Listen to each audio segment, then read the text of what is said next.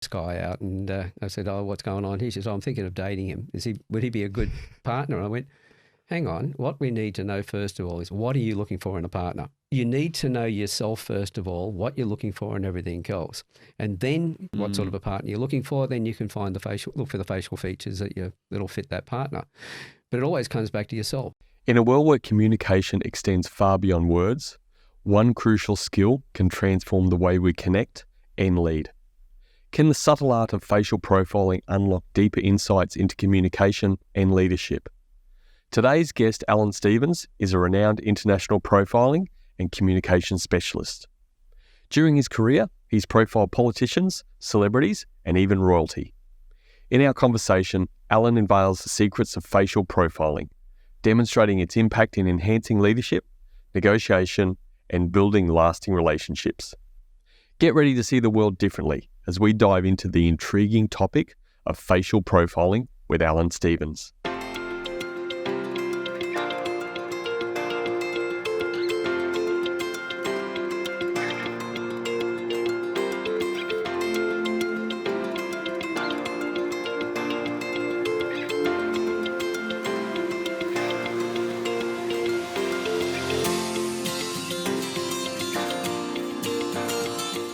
Tell us a bit about the sort of origins of facial profiling and what it actually is.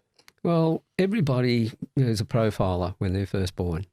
And if we look at that side of it first, well, then you'll understand how far this goes back. It virtually goes back to when Adam and Eve were boys and girls sort of thing, in short pants and all that sort of thing. It comes back to everybody looks at somebody, we make judgments on them. We look at their face first of all when we're young children. Do we recognise the person? We get to know what mum and dad looks like and the family around us.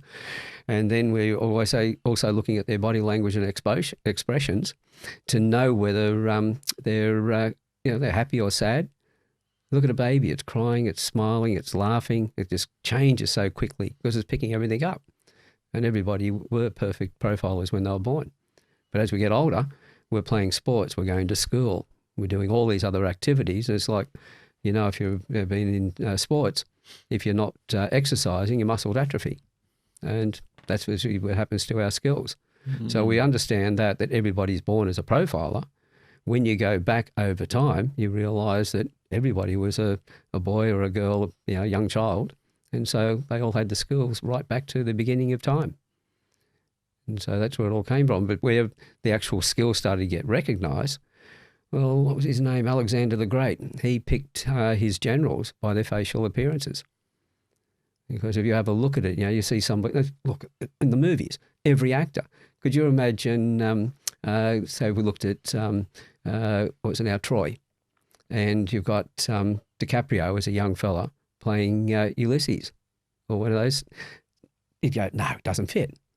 Or you get somebody with a really skinny neck playing football, they're supposed to be a football hero. It doesn't fit.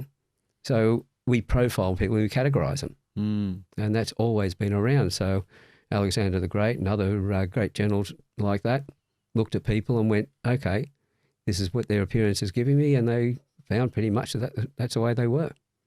What took you into the space? Oh, I always I laugh every time somebody asks me that because it takes me straight back. 2 divorces, a lot of broken relationships, and even business partners who emptied the bank. I could tell all of that by your face. Yeah. I learned this because absolute necessity. And, well, most things that we do in life, we learn because we have a necessity in that area. People who become counsellors, they had a need to work on their own issues. So when they're doing that, they then get a desire to help other people as well. So we're affected by our past and we make our decisions on that. And so you say that we, if I understood what you said before correctly, we're born as profilers, and so there's maybe a bit of intuitiveness to that. Where does that go? How do we lose that intuitive thing? Well, if when I was younger, when I say younger, I was in my 30s. I was a lifesaver, and I worked out, so I had a great physique. You're saying you don't now? Yeah, well, as I've gotten older, mate, have a look at it. I'm in my 70s. You still look pretty healthy. Everything mate. that was north before has now gone south. This is what happens. That's one way of looking at it. Exactly. Yeah. So we all get old, and because I don't work out, there's a lot of guys that are my age who are fit because they continually work out. I haven't. I got involved in what I'm doing here and getting excited by that, working with families, working with communities and with corporates. And so I'm not exercising. And so my body's going to atrophy. It's the same thing with us. When we're young children, it's an absolute necessity that we are able to read people. We need to be able to recognise mum, dad, the family, etc. We need to be able to recognise if somebody that we shouldn't be around. But then that's the facial feature side of it. Then we look at the expressions and body language. We have to read those as well, because if it's a family member and they're angry, we might want to find out why they're angry. If it's somebody we know we shouldn't be around because of the facial features, we'll recognise that, and they're angry, we know to get the hell out of there because it's a dangerous situation. So it was naturally just our survival. And a child, I always say to parents who've got young children, how often do your children push you to the edge but not push you over the edge? If they feel, if you do get pushed over the edge or you feel like you're falling over it, it's because you've already had a bad day and the kids haven't known about that. But all of a sudden they're recognising it in the way that you escalate. And children recognise that. They'll push you to the level, they'll stop, they'll push you in until you finally give in. But as we get older, we don't need to read people as much because we know our family. We know how to recognise when they're angry and things. We don't have to concentrate so much. So now we can concentrate on our sports that we're playing, going to school, studying. And as we get older, it gets even worse because now we're looking at, what sort of a partnership we have. And we start looking at, finding the right partner and, all the things that we get up to in that, going out, playing sports and having a good time. And because we have the people around us, the ones that we have as friends, are similar to us. So we don't have to worry about those as much. But this is one of the reasons why in the workplace, so many people have problems because they don't know how to read the people who are different to them because we've forgotten that skill. So let's expand on that a little bit more. Why is it important? Do you think it's important that leaders should care about something like this facial profiling topic? Well, I've talked to kids at school and I actually asked a whole bunch of children in one of the town halls one day. I said, look, who are all your friends? And they pointed their people out. And I said, who are the kids you don't like? They pointed another group out in the hall and I went, okay, why are your friends? Oh, they like the same things that we do, the sports, the hobbies. When I said to the guys, do they like the same girls? They said, yeah, so it's the same sort of group of girls you're all getting together with. And they said, yep. And I said, and the others, the ones you don't like, tell me about them. And they said, well, they do stuff that we don't like. We don't even understand what they do. And I said, rightio, well, do you realise that when you go out into the workplace, your friends are going to be the competition because they're all going to be applying for the same jobs that you're going for because you all love the same stuff. And they're going to be going for the same girls.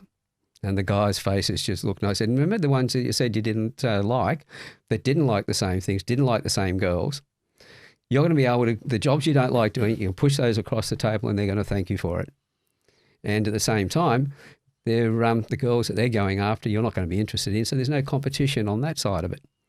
So do you see that these kids who you're giving a hard time to now, that if you make sure you understand them, you talk to them and everything else, but you don't have to go on holidays and things like that or play with them on the weekend, but treat them in a way in which there's no animosity because when you get to the workplace, they're going to be your allies if you know how to deal with it properly. And so in the workplace, or for an employer, for instance, knowing how to read somebody, you know what tasks and that'll suit them. You know what careers, first of all. So at school, we can guide the kids to the studies to the employment, the type of jobs that matches their personality. How many people do you know that do several university degrees and never use it? So if they do this, then the end result is that they're now studying in a field they're more likely to go and work in. They're going to enjoy the work they're doing. We know if somebody is happy, they're more productive. If they're unhappy, well, if somebody who's been bullied at work, their performance will drop 70%. Those that perceive that they could be, there's bullying going on in the organisation, they're just not happy, their performance drops about 40%. On average, in a large organisation, performance is usually down around about 29-30%. So when the employees realise that, get the people in, find the right people to do the particular jobs, find look at again at their profiles to work out what tasks will suit them. So you give them those tasks. If you put a team together, you know who to put in the team and who to give what tasks to. They're going to be happy. They're going to be more productive, so you make more money. You'll also find if they're happy at work, there's less bullying in the workplace. You don't have to deal with that. If they're happy there, they're going to be happy when they go home. So there's going to be less domestic violence problems because anything that happens at home will come to the workplace. Anything that happens at work will go home. So when you put all that together, you're finding that you've got happy staff. If they're happy, they're not going to go off on sick leave. They'll be healthier because we know anybody who's happier gets less bugs. Now, as far as getting flus and things like that, they're reduced. So as I say, laughter is the best medicine, and being that's happy. So the more happy your people are, the more productive they are. And if you're a boss and you want to work on the business, because that's a big catch cry, work on your business, not in it. Well, if you've got to micromanage your staff because everyone's unhappy, they're only doing what they have to do to get by, you've got to stay there and work in the business. So if you've got happy staff and everything else, then you can go and work on your business. And then you can really grow the business. These are all these little things that most people miss.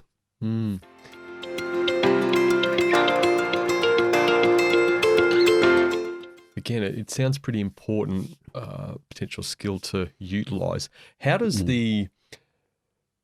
are there dangers of just boxing into, say, hey, I know a lot about facial profiling and making decisions off the back of that? What are the dangers, if any? Yeah, well, the more you understand it, the more skills you've got with it, the better you're going to be. Everybody is a profiler of some form in later life as well, but it's usually based on biases and judgment, past experience. So we become very judgmental when we look at people when we don't have the skills. But I'm still making judgments, but not being judgmental. I'm making judgments on what I can see. But again, I've profiled thousands and thousands of people, but not once have I ever said to somebody, this is who you are. I've always looked at them and said, well, I can see this in your face. This is two extremes. If at one extreme you do this and the other extreme you do that, I reckon you do this. And somebody said to me one day, have you ever been, is this 100% right? And I said, well, nothing's 100%, but I'm yet to be proven wrong. Because every time I do that with somebody, they come back and they go, yes. And if they say no, and there's people around them, their friends, they're usually nodding yes. And so, but the facial features tell me the personality, but I'm never arrogant enough to say, as I said, that that's who you are. I then use now I know how to change the way I like to be spoken to match the way that they need to be spoken to. So now I'm using the language that they need and the amount and everything else. I'm now tuning my transmitter into their receiver. Then I've got the body language and expressions to give me the feedback. Have I read them right? And is there something emotionally going on? And are they telling me the truth? Now, when I use the micro expressions and body language for that truth side of things, or where they're telling lies, I use it as a lie, not as a lie detector, but as a truth seeker. Because if I got a staff member and they're not, there's something going on, I know they're not telling me the truth, I want to delve into it to find why. And it could be a problem at home. It could be a problem with another staff member. Well, if I can find that out, I can then fix the problem. And when I fix the problem in that way, I've now got a loyal staff member. And then I can go work on the business. The more people I've got in the business who love what they're doing and are focused on making sure the business grows, because every human being wants to feel that they belong, that they contribute, that they're valued. And so, it's the same as your partner at home. They want to feel valued. They want to feel that they've got a place that they contribute and everything else. As we keep saying to people, the only difference between the relationship with the people at work and the person at home is that all those conditions are exactly the same. The only thing is at home, yes, you can have sex, but not at work. And that's the only difference. And when bosses understand that, or executives and team leaders understand that, they have a staff that will then, the staff members as a team will work as a team, and they don't have to worry as much about micromanaging, because a boss can go on holidays and the company grows in their absence. That was the true definition of a boss. You mentioned something earlier about identifying sort of strengths and weaknesses through profiling and all those sorts of things. So, and also just before we started recording, I asked you something around triggering. Could you identify something that could trigger a person? Now, full disclosure, you and I have known each other for quite a long time. Yeah. We're friends. We know each other reasonably well. What do you see in me, in my facial profile, let's say, that could be triggering for me, where I'm maybe not as controlled in my emotions and responses? Yeah, well, as I said, every trait's got an upside and every trait's got a downside. Like you can't have an inside without an outside, That's just the way life is. Yep. So the traits tell us where the person's strength is, where they're happy. But at the same time, we know then there's certain situations where the trait will become a problem. You've got a little bit of critical perception, but I've probably got a little bit more than that. It's great when it comes to looking at documents, finding errors in black and white. But it's a bugger in relationships, in the intangible, the stuff that happens around us that, we sense things. Well, I look at it and, as I said, I've been through 2 divorces, a lot of broken relationships. Now, as I've gotten older, I look back over that and I think, yeah, I know who was part, I'm definitely part of that blame, and because I thought there was something going on, but because I've also gotten, but you've got it as well, aesthetic appreciation, we withdraw into our cave and we're upset. We don't express it. And if our partner's not talking, pulls back because we've pulled back, we think then that something's going on and we think we're right. So we create a problem. But if we understand the traits, we know how to talk to our partner in a way in which we alleviate all that. So, what is it about my face that says I've got, I think you use the term aesthetic appreciation? Aesthetic appreciation is in the eyebrow shape. Okay. Those that are more horizontal, you've got some people that sort of angle down towards the outside. That's what we call aesthetic appreciation. Where the eyebrows go off at a rapid rise, like that 45-degree angle type thing, that's what we call dramatic appreciation. Now, in relationships, you see a lot of women who've got the dramatic appreciation, but there's also a lot of women now who have the aesthetic appreciation. A few generations back, you could sort of align, these were male traits, these were female traits, but because of our roles and everything else with the way society's gone, the traits have mixed up between the two genders now. But somebody who's got dramatic appreciation, the highlight of them is that the expression they put in things, great performance and everything else. They really put flair into everything. Well, on the downside, they put flair into stress as well. And to somebody who's got aesthetic appreciation, the upside is we look like we're always laid back. We take all the pressures, and nothing seems to get to us. But when we get stressed, we pull back into our cave, and then everyone thinks, they're sulking. What's going on? Now, if you've got, and it doesn't matter which way it's male or female on this, but if one partner's got the dramatic appreciation and they need to, they're looking at their partner who's pulled back because they've got aesthetic appreciation and they look like they're worried about something, they've gone quiet, they want to know what's going on. But the aesthetic appreciation, that's nag, because I just want to work on the problem. And so we'll pull back, and the more they ask questions, the more we pull back, and that creates problems in the relationship. Now, if it's the other way around, the dramatic appreciation starts expressing themselves and the aesthetic partner goes, oh my God, this is too much. And they, too much energy. It's almost like your partner's saying to a drama queen. Well, if we know how to talk to them, the aesthetic appreciation, when the dramatic appreciation talks to them, goes, is anything to do with me? The answer is no. Okay, is there anything I can help you with? The aesthetic appreciation says no. All the dramatic appreciation's got to go to say is, I know you need to work on this on your own. You need some space.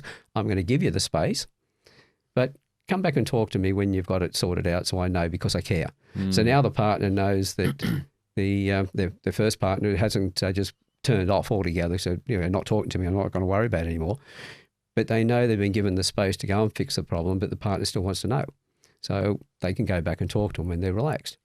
The other way around, and I did this with a couple of, I was doing a presentation in Melbourne with a room full of dentists of all things. And one of the couples kept asking me all day, would I profile their son? Because there's certain traits you can see even in a newborn that are passed down from the parents. And then traits we pick up over time, which we call our nurture traits. But anyway, so only if you bring him out the front of the class at the end of the day, and that was, I was going to use that as a sort of, selling the ongoing course from there. And so I profiled the son and said, right, this is how both of you need to change differently to each other, but talk to your son the same way. And then I said, and by the way, I said, would this be going on in your relationship? And they both sort of looked at me and looked at the audience and went, yeah. She had the dramatic appreciation, he had the aesthetic. So I just give that description. And as soon as I'd said that, big smile on his face. So I just turned around to him in front of everyone. I said, right, mate, now it's time to wipe the smile off your face. And I said, when your wife gets upset and, too much energy, and he goes, oh, God, yeah. I said, well, okay, you've only got one question to ask.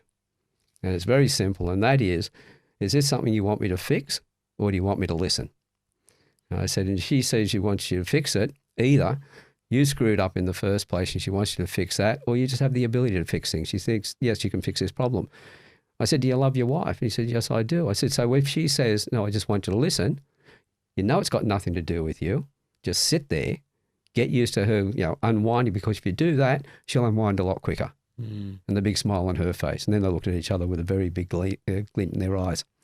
That's how easy a lot of relationships can be fixed. Every trait, as I said, has an upside, and every trait has an impact on the other traits. So when I look at somebody... So you have to, as a novice, I guess, you've got to be very, very careful that, and I know I've taken some of your courses and really great from my own perspective about what sort of fits in my bucket, but you do have to be very careful about thinking that you can read someone when you're just reading a really narrow view, because, I mean, how many traits are there that fall into a full profile? There's a couple that are in the body, the shape of the body, etc., like length of the upper torso to the legs, etc. But there's a total of 68 traits. You've got some of them you either have them or you don't have them, and others you will have an extreme at one end or an extreme at the other end, the middle position. So the possible combinations, I'm only retentive and analytical, so I had to sit down one day. I've got 4 monitors on my computer, so I got the Excel spreadsheet up and spread it right across with one column, and I did the calculation. It's 2 to the power of 29, because there's either 29 traits you either have or you don't, and it was 3 to the power of 39. That's 2 with 27 characters after it. That's far more people than there are on the planet or have ever been. So the possible combinations... There's a few combinations. Yeah, and people say, oh, but how can you remember all those? You don't. When somebody walks towards you, look at what stands out the most, what stands out second, how does that moderate and enhance the first one, the third, the fourth, the fifth. By about 7 or 8 traits, you got the things that are at their most of the extremes. You got the bulk of their personality. Everything else is in the middle. Now, as I said, each trait on the extremes, there's a real gift in those areas, like somebody with dramatic appreciation, really great at presenting. And so their partner on the other end is somebody who's very relaxed and everything else. So they're the ones that will sit there when everything's going rough and everything else and be able to fix the situation. But the one in the middle then becomes a mediator between the two extremes.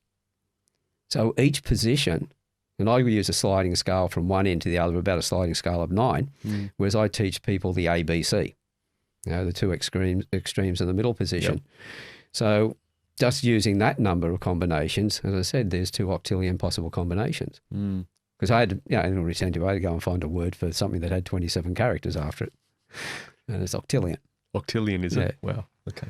So, What are the key things in relationships? I think is that first impressions and building rapport early.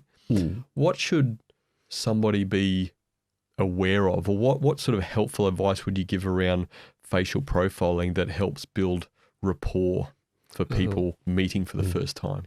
Well, I've had, I remembered one of my earlier students when I trained her, she then turned around and got a phone out, and I knew it was coming. She brought a photo of this guy out, and I said, oh, what's going on? He says, I'm thinking of dating him. Would he be a good partner? And I went, hang on, what we need to know first of all is, what are you looking for in a partner? Because you need to know yourself first of all, what you're looking for and everything else. And then you need to know what sort of a partner you're looking for. Then you can find look for the facial features that'll fit that partner. But it always comes back to yourself. The same as when I read somebody, to work out how to speak to them. I know where they are on the sliding scale, but where am I sitting on that scale? So if I'm somebody who, I build confidence by doing things over and over. Another person might be a little bit more towards the innate self-confidence, only a little way up the trail. So I only have to change a little bit. But if somebody's right at the far end with a very strong innate self-confidence, then I've got to really behave in a different way. I've got to put that confidence on more to be able to connect with them. Otherwise, they just see me as somebody who's wishy-washy, who hasn't made a commitment or anything, and is because I need to go and test things and make sure I've got them right before I tell everybody else. The innate self-confidence, they'll hear it the first time and they'll be out there telling everybody about it.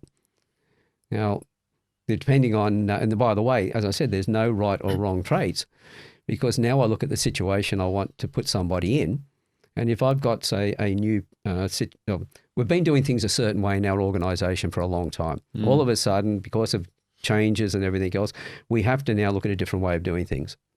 So then we have to come up with a new plan. So I'm not going to give it to the person who's got the high innate self-confidence, because they're going to go and find something, think they got it right and bring it back. We put it in place and it might crash and burn. But if I give it to the one who builds their confidence, they're going to go away, make sure they got it right. They're going to agonise over it and, check it and everything else. And they're going to bring it back. If they tell me and they're talking confidently, I know they know this stuff and this will work. I can put it in place. Then that fits that position really well. But I know they're going to take a fair bit of time to do that. And this is where, by understanding that, now I know how to talk to them in the first place and say, right, we need this done by a certain date. Now, and by the way, there's going to be a lot of questions that come up. But instead of agonising over them, every time one of those comes up, come back and talk to me. So I can then work with them, get the solution faster, and they'll be confident faster as well because I've worked with them. If I've got to do a talk and for some reason I can't, in another situation here, and I've got two people, one at the extreme innate, one who builds their confidence, and they know the product and service equally well, but neither of them have ever done a presentation before, it's not going to be the builds confidence I'm going to give the job to, because they're going to go up there nervous. People are going to pick that up. And people who have the innate self-confidence, people look at them and see them as more confident. They're going to behave more confident. So they're going to do a much better presentation. They're almost the fake it till I make it type person. Not that extreme, but that sort of thing. It's not even that they're faking it, because they have a natural, confidence. So it's just part of their behaviour. It's not that they're thinking, well, I'm faking. And by the way, on that one term, I really loathe it. If I get a presentation, I'm sitting in a presentation. I must have known that you loathe that, which is probably why I used it. Yeah. You just want to make sure I get wound up in the conversation. Am I just setting you up? Yeah, that's it. But if go to a presentation and I've got some motivational person on stage and they start talking about fake it till you make it, I'll just pick my gear up and walk out, because that came from act as if. If you look at Hopkins in Silence of the Lambs, he, the moment we see him, he looked like a psychopath. He went and studied it. He was acting as if he was already there. Whereas somebody who's faking it until they make it knows they're faking it, they're never going to make it, because that message in the back of their brain is stopping them from getting there. So we've got to be careful about the words that we use. Yeah, absolutely. What is that? So you talked about innate self-confidence. Innate self-confidence and building confidence. So what is that feature on the face? You'll see that gives in an indication in of the that? shape of the face itself. You'll find people who have a narrower face usually build their confidence. People with a wider face. And they did tests on that. They've had people... I'm a builds confidence sort of dude, aren't I? Yeah, very much so. And that's why I know that whenever you're talking confidently about something, I know to take it as, being gospel. You know your stuff, because you wouldn't be talking that way if you hadn't, got to that level with the understanding it fully, and then the confidence comes out in the conversation. Somebody who and do it yourself. Just walk around and look at people and just figure out which one looks the most confident to you.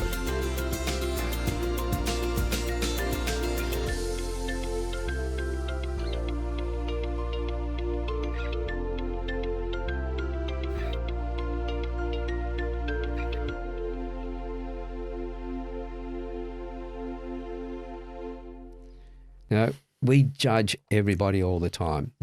We're just not necessarily understanding our judgment to some extent, and this sort of awareness. And again, you don't need to get to an expertise level like yourself. You've studied this for many, many years, if not decades.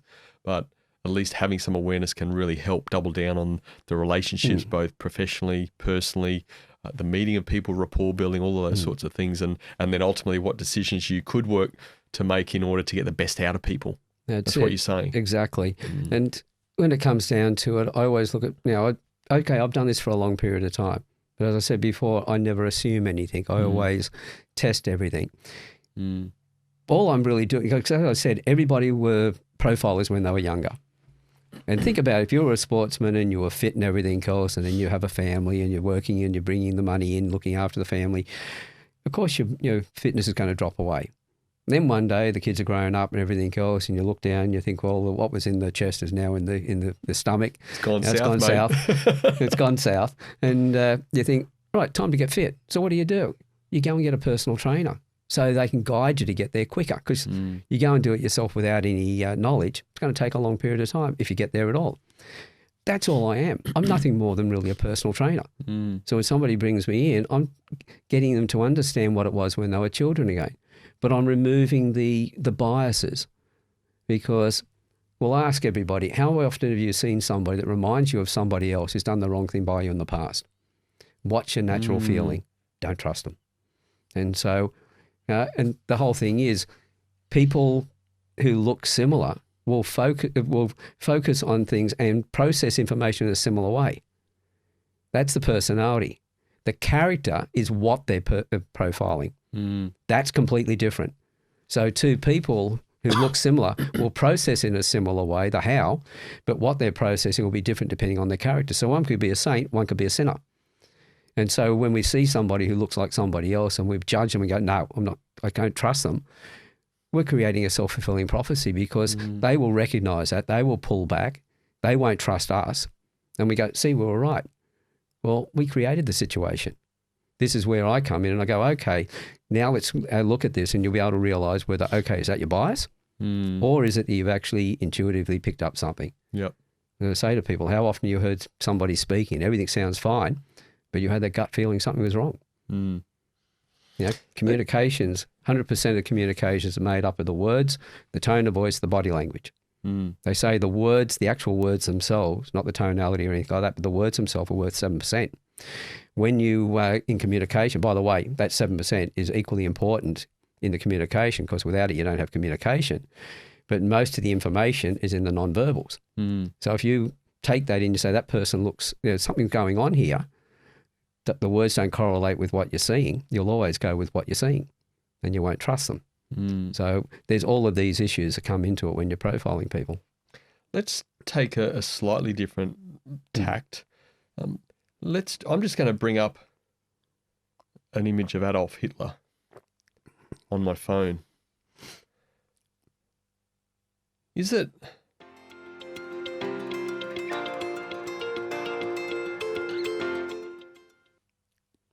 past? I guess you call him a leader. You know, there were followers, and whether he used his influence for good. Yeah, he was definitely a leader. You know, but when it comes back to being good or bad, that's another thing. If you looked at a person, a person of the past like that, are there features within his face that would give us, and I guess, you know, history is what it is, but some indication of the things that he may get people to do or to instruct people to do over periods of time that obviously happened? Yeah, what you find is that when you look, as I said, the way people take information and the way they process it, etc., facial features give us the personality. It doesn't give us the character. That we can pick up in a conversation between what we actually are hearing from them and what we're seeing from them. So, and we get the feedback. What do you see then as, from a facial perspective, as his strengths and weaknesses potentially? Yeah, well, I hate to come back to this one, critical perception, which you and I both got. I hope that doesn't make either of us a Hitler.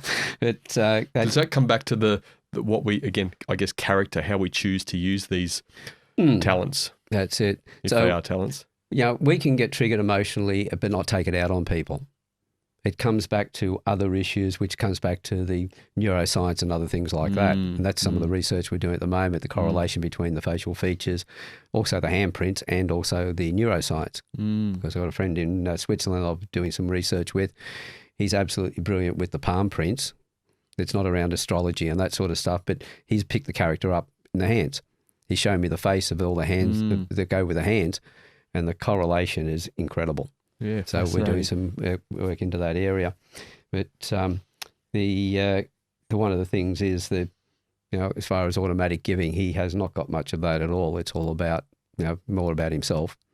So when you look at what says that, like what in his face says that? Well, this is more about the very narrow lower lip, and yes, I've got a narrow lower lip as well.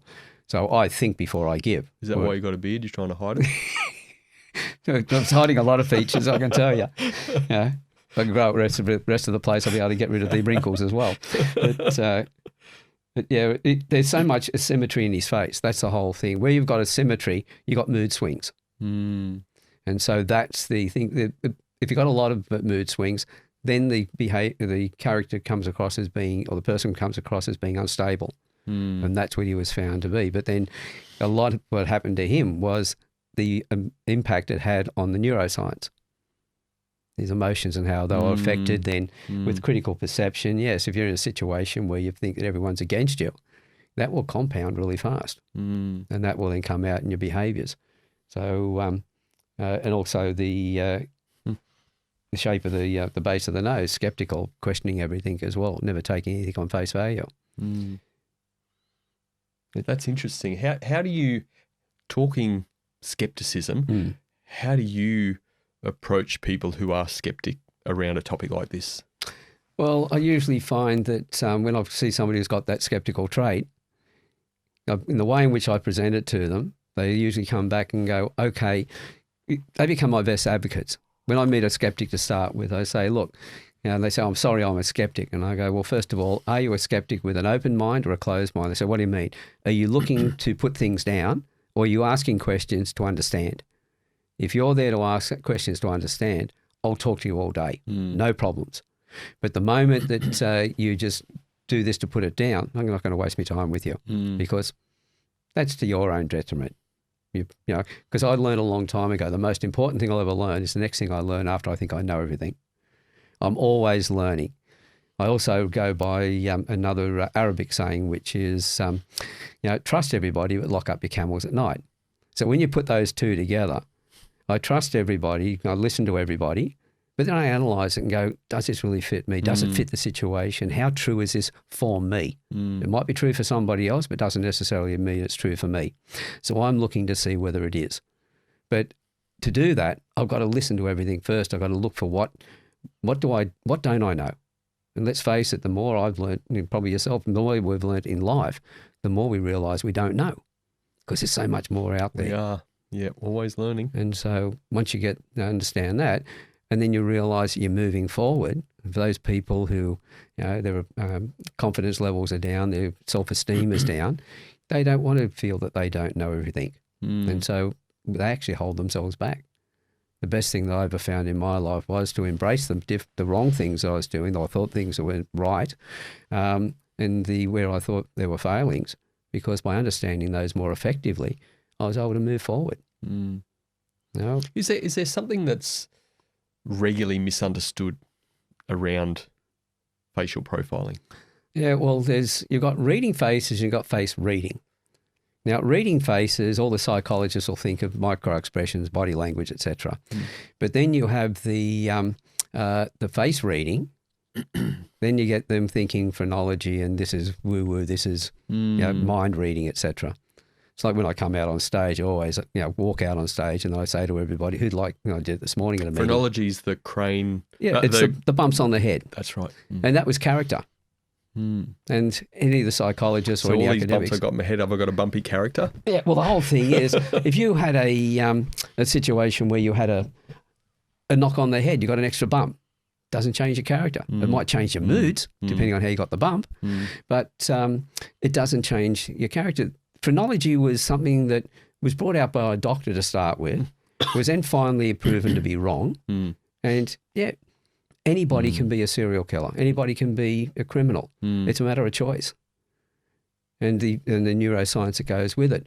But the bumps on the head, well, now I've got one of my sons, when you look at his skull, it's sort of skew-if. Now, people would say, oh, that was a forcible. And he was born by cesarean. It's just the way his shape of his skull. If you think about it, when a child's born, the skull is soft. It's got all the sutures are soft. And the skull's small. As we grow older, our face gets bigger and that sutures start to expand and they fill in. It's only in our early 20s that they finally seal. Is that right? And fuse. And why do they do that? Because, well, number one, yes, we had to have a small head or otherwise we're going to tear our mother to pieces. But secondly, our brain hasn't developed yet. And as we were thinking, we're creating synaptic connections and they take up space. And I know that Albert Einstein, he had a similar shaped skull to most people, but at the parietal section where he's doing most of his thinking, it was 15% larger than the majority of the population, the average. So if you're concentrating in a certain way and thinking in certain ways, you're going to create more and more synaptic connections in that area. And as the brain grows, if the skull doesn't go with it, you've got brain damage. And so that's why the skull keeps moving and takes the shape of the brain that you create. There's no two skulls on the planet. They're the same. Same as fingerprints on the hands.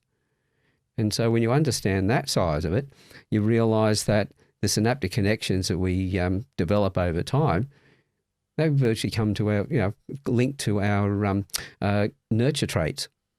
But we have traits that were passed down the DNA from our parents. I know there's a lot of New Age that will say, okay, well, I might have been a Viking maiden in an earlier life. Well, if the memories that you have at the time, or your parents have at the time they conceived the child, all of those memories are stored in every cell of the body, therefore they're in the DNA of the child. So now the child's got those memories, and there's it passes down. I've got 3 sons, and I always talk about them being chalk and cheese and still trying to figure out number 3.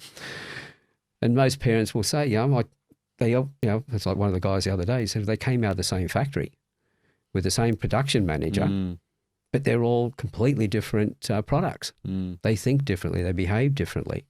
And that's because the foundation we had at the time that each of us were conceived was the memories the parents had at that time. So therefore, this is where the nature traits come down, and this is where the basis of our facial structures, because how many parents look at a child and go, it's got the father's eyes, or it's got this, or it's got that, because we see that, and that's there. But then we create our nurture traits when we choose how to respond to our environment. So somebody who frowns a lot all the time because life is miserable, corner of their mouth turns down. I know with you, I see yours, it's always turned up. You got these laughter lines out here, and or too much sun. Yeah, well, the thing is, you can tell if it's too much sun, the inside of the lines are fainter. It's more the lighter coloured skin because you kept the sun out of it. And this is why, if there's any women listening to this, this is where, again, going back to being careful in that there may be cultural difference. Well, there are cultural differences. Exactly. Let's talk a bit about that. Actually, what do people need to be aware if they're going into this facial profiling space or approaching you to get some understanding, some training from it? Cultural diversity, all these sort of things, which are super important, and what do we need to be mindful of in various facial features of different cultures? First thing is, every trait, there are different extremes within every culture. So you'll have those that are highly confident, those that are less confident, those that need more space than others, etc. Those that are more self-reliant. Now, what we look at is we look at the culture and then we go, okay, wherever my middle position was before, with a particular culture, I might move it a little bit over here. So I move it a little bit, but I still look then from that point, are they further up the line from there or back this way? And so I make an allowance for that. Now, when it comes to can you give us an example of that first? Let's say, I guess, a person like my face versus someone who has Chinese background. Well, if you look at a lot of Chinese, you'll find, and same with Islanders and with some of the indigenous cultures, there's more of a flare of the nostrils. Yep. It comes down, it sort of goes out, Desmond Tutu, it comes down, it looks like a T shape because they go right out. And this comes from, think of a bull that's about to charge. It's determined. And as it flares its nostrils, you keep flaring the nostrils, you're going to build the muscles up there and they're going to flare out. So with the Chinese, with Islanders, etc., if you think of their culture, they had to do everything themselves. They were the masters, not just the jack of all trades, but they were the masters of all trades. So they had to be self-reliant. But when we live in a large society and we've got offices and we've got agriculture and everything else, of course there's going to be changes. I can see that you're more of a team player. So you work well within the teams. The person with the flared nostrils, they want to be in charge of the teams, but quite often clash with the team. So my nose tells you that, gives me some indication I'm a team player. A team player. So if you'll manage teams, but you'll work within the team. You just won't get them to do things and stand back. So I know you're going to be there. Sounds like I've chosen the right field that I play in. Exactly. And that's the thing. If we're lucky enough, we gravitate to those things. But by being able to read somebody in the earlier stages, we can get them there faster. So while I'm doing the stuff that I'm doing today, as I said, I'm in my 70s.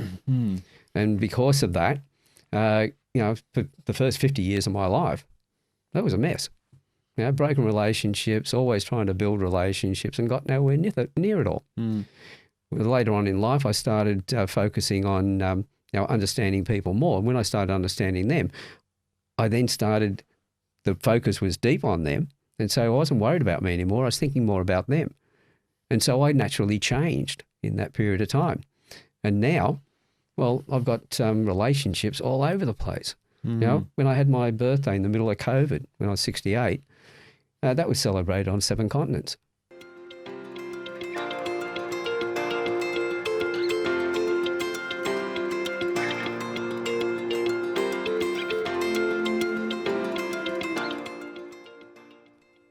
It was incredible, for the people I've connected with. And that's a big cake. It is a big cake. How did you manage that? Because I remembered one of the, it was in COVID. It was one of the ladies that I profiled her son when he was 6 years old. He's now 18. He's an entrepreneur. It's that time the school didn't want him, the after-school care didn't want him. They wanted him medicated, and she was trying to oppose it. And being a single mum, she was under a lot of pressure. So I profiled him, gave her a report. She took it to the school in the after-schools care, and she played each of them against the other, saying that one was doing it, if the other didn't do it, it'd crash and burn, and nobody wanted to be responsible for that. At the age of 6, they said he'd never amount to anything, he'd never do presentations in front of the class. At the age of 7, he's up in front of the class. A year and a half later, psychologist was let go. They didn't need him anymore. And with the doctor's approval, no medication. He's now an entrepreneur, which he never would have been if he'd been on that medication all those years. And as she said, the relationship, the conversations they've had have been magical, things he never thought she could have had with him. And so through understanding his facial features and that's it. How he likes to be spoken to, what he may be interested in, and nurturing that sort of stuff. Yeah, and think about it. You walk up to somebody with a scowl on your face, or you walk up to her with a smile on your face. You're going to get a different reaction. That's obvious. Well, this is no different. If you talk to the person, you talk to their personality, they feel that you've connected with them and problems are solved. This is why it's so easy to do.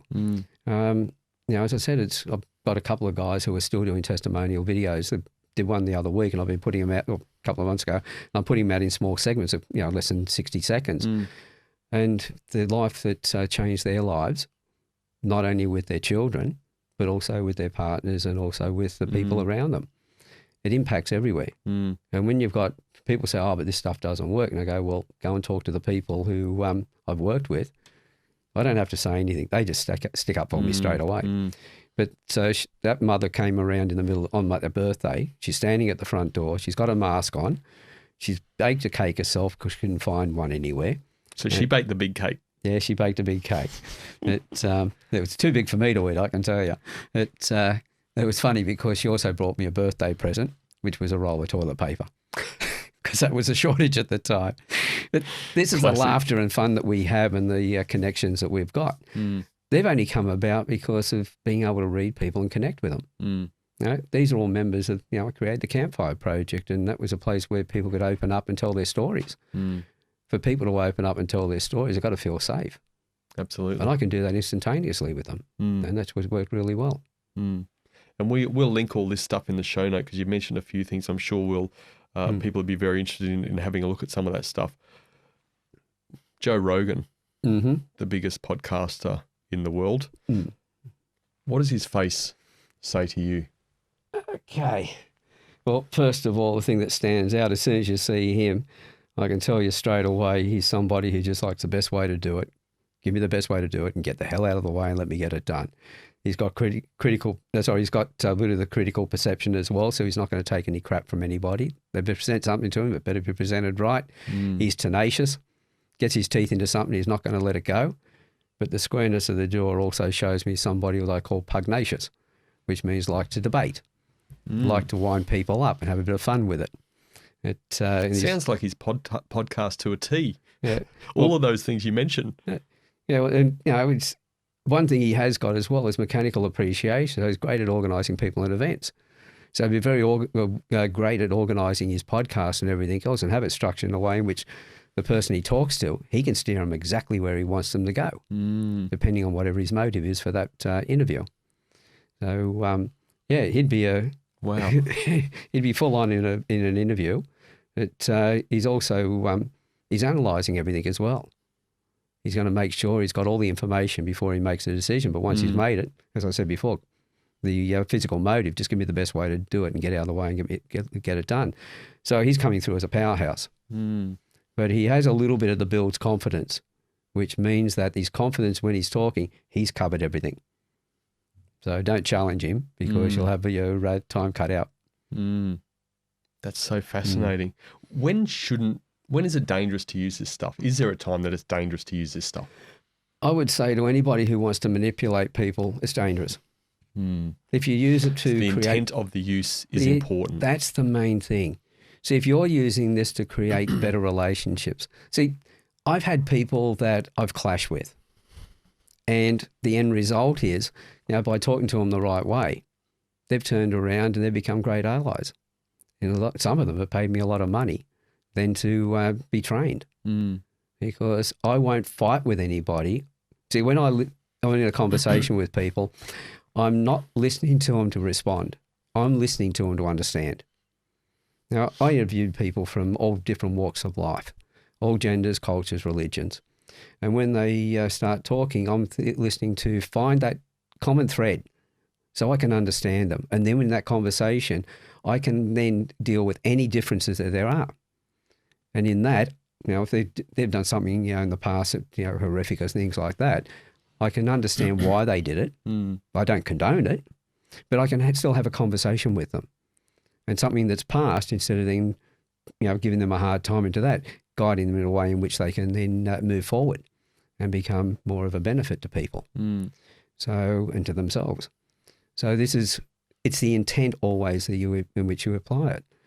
Now, in sales, for instance, there's the old 80-20 rule, but the 20% is divided into two. There's 10% up the front. No matter who you are, they will buy from you. They could be Eskimos and you're selling ice.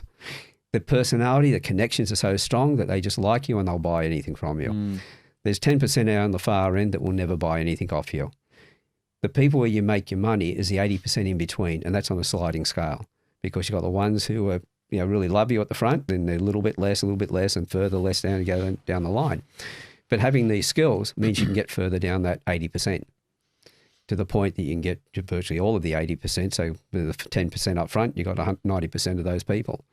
The people down the end, well, you just get to a point where you realise that I only go where I'm, I don't go where I'm tolerated. I go where I'm valued, where I'm, as I say, what's the right word for it? I had it in my mind a moment ago and lost it. Where I'm celebrated. And it's the same thing there. That 10%, I don't get upset with them because I know that their personality is different. We're not going to get over those differences because I might be able to talk to them, but they haven't got the skills, so they're going to have turned off. We already, we speak to somebody, we make an impression in that moment.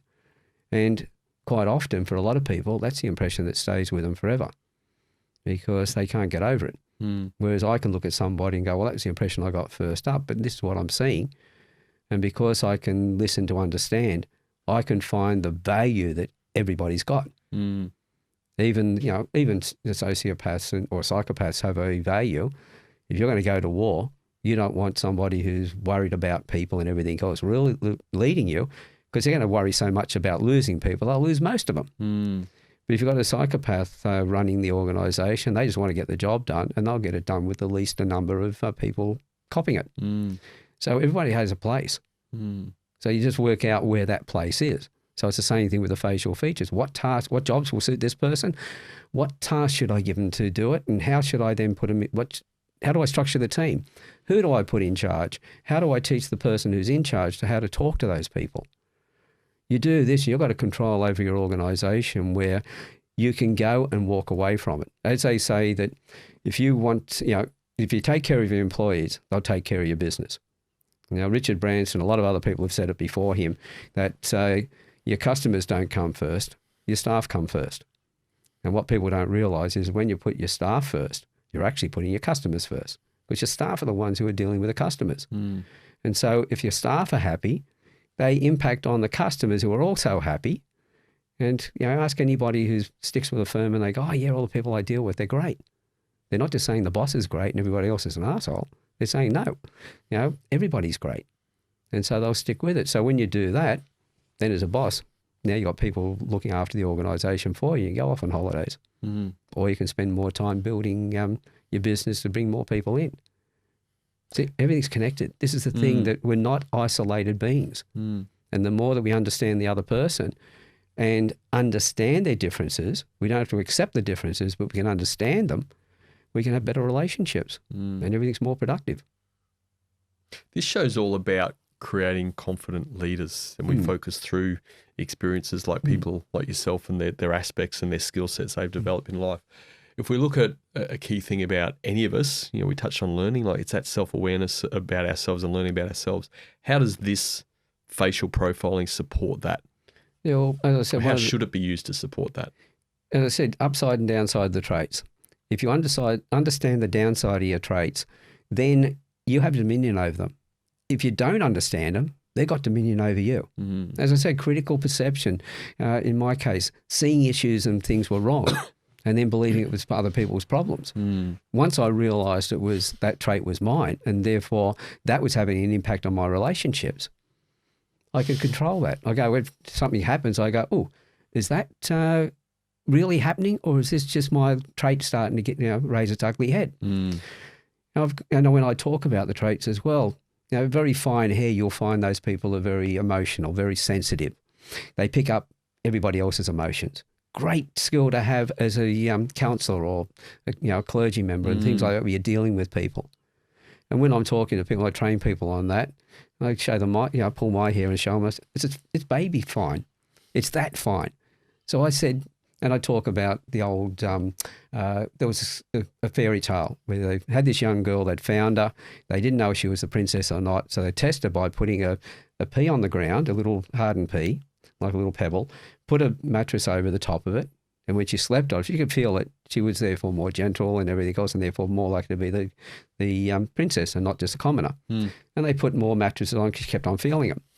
And people look at me and I go, and I'm that princess. I'm extremely sensitive, which is one of the reasons why I've been so good at being able to counsel people, pick up their emotions and everything else, being attuned to it, empathetic. But the thing I had to learn then was to not take their stuff on. So I can sit there and listen to somebody telling the most horrific stories. I can empathise and everything else. And then when I get up and walk away, I can go back to whatever I was doing, reading a book, going and having coffee with somebody and chatting and everything else, because I've learned how to use the upside of the trait, but not let the downside get triggered. That's the power of it. And that's one of the reasons why people are worried about, I might find something wrong with me. I go, great. The sooner you find it, the sooner you got power over it, and the sooner your life is improved. And so let's talk technology and facial profiling. So maybe let's start with, AI is a buzz, but let's start with facial recognition technology. How does facial recognition technology and what we're talking about, facial profiling, how do they work together? And if they do work together, what are the good and the not so good of that? Well, again, it's who's using it. That's always going to be the issue. What's the intent behind it? The lady who taught me the facial features, she's a good friend of mine over in America, and she rang me after I did the master training with her, and she said, look, I'm working with a couple of engineers and we'll put a program together on the website. If you can just send a couple of photographs in, put the camera on your computer, load the photos straight in, and we'll do your profile. And I thought, she's forgotten something she taught me. I said, do you mind if I do it twice? And she said, okay. She said, why? And I said, you'll find out. So when I looked at the first time, as I said, a symmetry comes into it. It shows mood swings and other things. I looked straight at the camera, dead on. So I wasn't up, wasn't down, wasn't to the left or the right. I was looking straight in. And then I sent that in, and then I looked with my face slightly turned to the left and slightly down. 2 different reports that came out. That was the problem with the stuff back then, because you and I can look at a photograph on a computer, for instance, and we see the depth. The computer systems only saw the 2 dimension. They didn't see the depth, only the width and the height. Yep. And so that was an issue. Now, I built the first 2 apps for profiling apps, and they were designed on, you bring a photograph up, you look at it, you look at the person you were profiling, and because we could see the depth, which one of these 3 photographs are closer to that person? Click that one if that's the one. And at the end of it, it'd give you a report. But that was as close as we could get to it. Now I'm looking at the new AI and technology, because when I spoke to the university in Newcastle, they said, right, what we can do is we can use stereo cameras, get 2 photos at the same time and do a composite. And I went, well, you need to do 4 because you got the left and right, you got the up and down. So you need 4 shots simultaneously. Then you put that together, you come up with a direct in the face image. Most people don't have access to that type of equipment. And so that didn't go anywhere. But one of the clients I worked with a little while ago, they're a software firm, and they now believe that the algorithms are good enough to be able to read depth. If that's the case, we're getting closer to being able to profile people's personalities. As far as recognizing whether somebody is a particular person, that's been around for a long time, because that looks at a whole little different lot of points on the face. And then as from a video, and because now their face is moving, they're able to then look at that against a still photograph and say, okay, that's so-and-so. So in border control and things like that, the expressions with cameras, well, they give away the emotions. A micro expression is as fast as a fifth of a second down to 1/25th of a second. It happens when something is said around you or happens around you. We respond unconsciously, and then our conscious mind steps in and it shuts off. So in that moment, which, because it's unconscious, people can't fake it. If you've got someone like Barack Obama, who's extremely good at not moving his face at all, his body will give it away. When he's angry, I heard him in an interview one day, and this guy in the background, in the wings, yelled out liar. And as he did that, his elbow went up. So it was a movement to strike. His anger came out there, but his face didn't show it. So it'll come out somewhere in the body every time. You're making me pull up his photo now, and you need to tell me more about Barack Obama's face. Yeah, well, again, what we're talking about here is going to be personality, because it's a still photograph. Of course. But so happy to do that.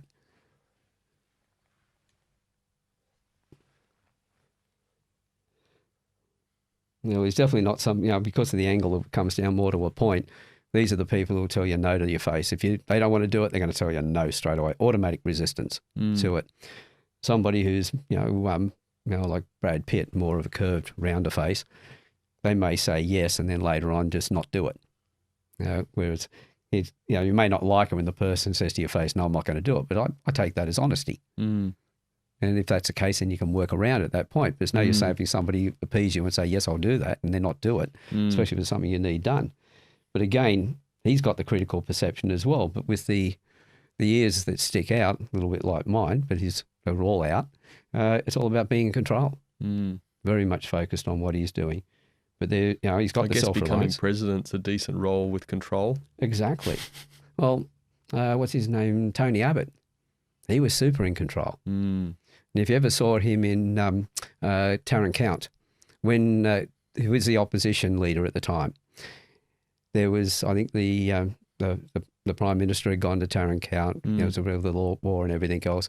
And he was invited there, but he gave some excuse because he was coming back from somewhere else and he was jet lagged. The media gave him a real hard time over it. So the next thing he went to Tarrant Count. And you could see him when he went up to, he was being interviewed by one of the local officials. And he made the mistake of saying to him, my name's Tony Abbott. I'm the leader of the opposition. In a third world country where the guy just doesn't like opposition because, those things turn into coups. So as he was shaking the guy's hand, the guy just held his hand, but then brought his other hand around and shook his elbow. So gripped him there. It was almost like, little boy, I've got you. But you could see the way he moves. It was always stiff and controlled. And so that's why he freaked out when that interviewer was asking him questions and he froze because he wasn't in control at that point, and therefore the brain shut down. So you can see how that can be used in a negative way with people. But the more people understand it, then they look at the person who did that and go, okay, what was the reason for that? So when somebody uses so much this, nuance around it all. yeah, when you use it to manipulate somebody else and other people have the skills to recognize that, you may lose credibility completely because you've done that in the first place. But How do people feel about when you're having conversations with people and they know your background and they know your abilities? Like, do you feel like there's a guard up sometimes from them? They're just, I mean, hard to put a guard up on your face without physically putting a guard up on your face. But what sort of reaction do you get? Like, do people feel like, God, my privacy's being taken and I'm not allowing it, but I have no choice? Yeah, well, people will shut down. I used to say when I was giving my 15-second elevator speech, for instance, I used to say to people, when people ask me what I did, I said, I clear rooms. And they, what, you clean rooms? You a cleaner? I said, no, I clear rooms. And they go, what do you mean? I said, when people find out what I do, when people find out what I do, they all run out of the room. But when they find out how and why, they usually come back with their colleagues, their workmates and their family and friends. And because it's the intent behind it. Once they understand the intent, they're fine with it all. But I've had one politician, I was sitting there and she had a clipboard in front of her. And as we talked, the clipboard came up, and the more I talked to people asking me about what I did, it just came up further and further. It was almost like Kilroy's on the fence. Yeah. But after as I always say, when people understand why I'm doing it, because manipulating people just means you've got to continue doing that all the time. It's too much like hard work. If I can build a relationship with somebody, they want to do what I want them to do because we've built the rapport. Isn't that what we do in sales? We go out, we talk to somebody. The more we understand them, the more we understand their problem and how to help them with that. We're no longer a salesperson. We're a problem solver. We don't have to worry about, if people's worried about being a salesperson, they start to relax because I'm not a salesperson. I'm a problem solver. But I need to understand your problem so I can solve that problem. So I ask the person questions and find out as much as I can. As I say to people, you've got 2 eyes, 2 ears and 1 mouth. Use them in that proportion. But when you use your mouth, ask every question you can possibly think of and then ask one more. And because my oldest boy asked me that one day and he said, how in the world can I ask one more question if I've asked every question I can think of? I said, well, when you get to that point, you say to the person, from what you've been telling me, this is what I understand. Have I got it right? And if the person says, yes, you have, you'll have rapport with them. They know you've been listening and everything else. And he said, what if they say no? I said, now that's even a bigger win because now you're having a conversation with them where you're really going in depth because they really want to explain that to you. And rapport will be even stronger again. Because once you got to that point, they know you're going to fix their problem for you. At the same time, we know that, sales is all about, first of all, saving the person time, saving the money or helping them make money. It's getting that emotional outcome that they're looking for, that solution. It's removing their worry and stress and giving them a solution to their problem.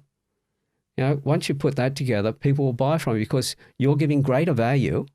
And if you can do that in a way that they're really listening, you're providing information in a way that really resonates with them based on maybe a handful of features that you can identify. That's pretty powerful stuff. And especially when they're able to walk away with that and use that to grow their business even further. See, and people may doubt how well this works. I had a sales or business coach over in Perth. He did what I call a 3-step program where he did an online course and he sent me and by the way, I do this from photographs as well. So he sent me his photographs, 5 photographs the way I wanted them taken. And I did a profile for him. And on that profile, it was an audio 45 minutes in length or thereabouts. And I sent that to him. And then we got together for the 3rd step. He would show me faces of people he wanted to build better relationships with. Well, at that point, before I even did that section, he sent me a review on on the profile. That was when he told me he'd been an undercover narcotics agent for 2 decades.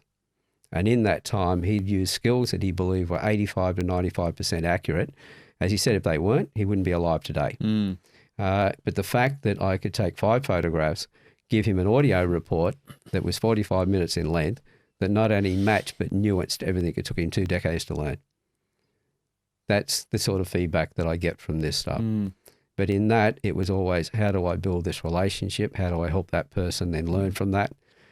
when people come to me and they do my course, especially those, because my target now is to create and train my competition. We need more people doing it, but they've got to be doing it right. Now, if we look at life coaches, there's some really brilliant life coaches, and they're struggling because of the reputation that the bad life coaches are given. And so I looked at it and thought, I don't want people out there doing the wrong thing. So I've got a moral obligation to train my competition. And people go, but you're going to have competition. I go, stop and think about it.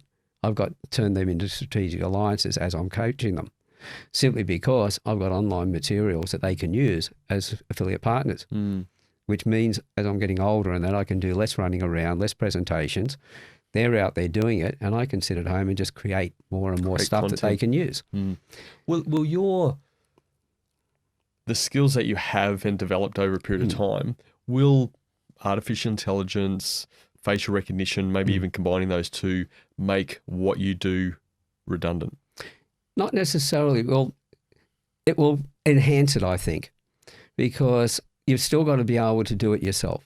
If you're going to wait for a report to come from that, unless it's instantaneous, then it's not going to work for you.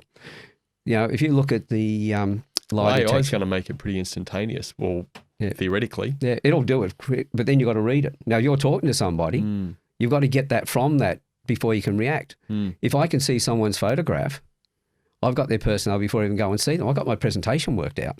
So when I walk through the door, I know exactly how much space to give them when I first meet them. I know whether they're going to buy on the service or the value.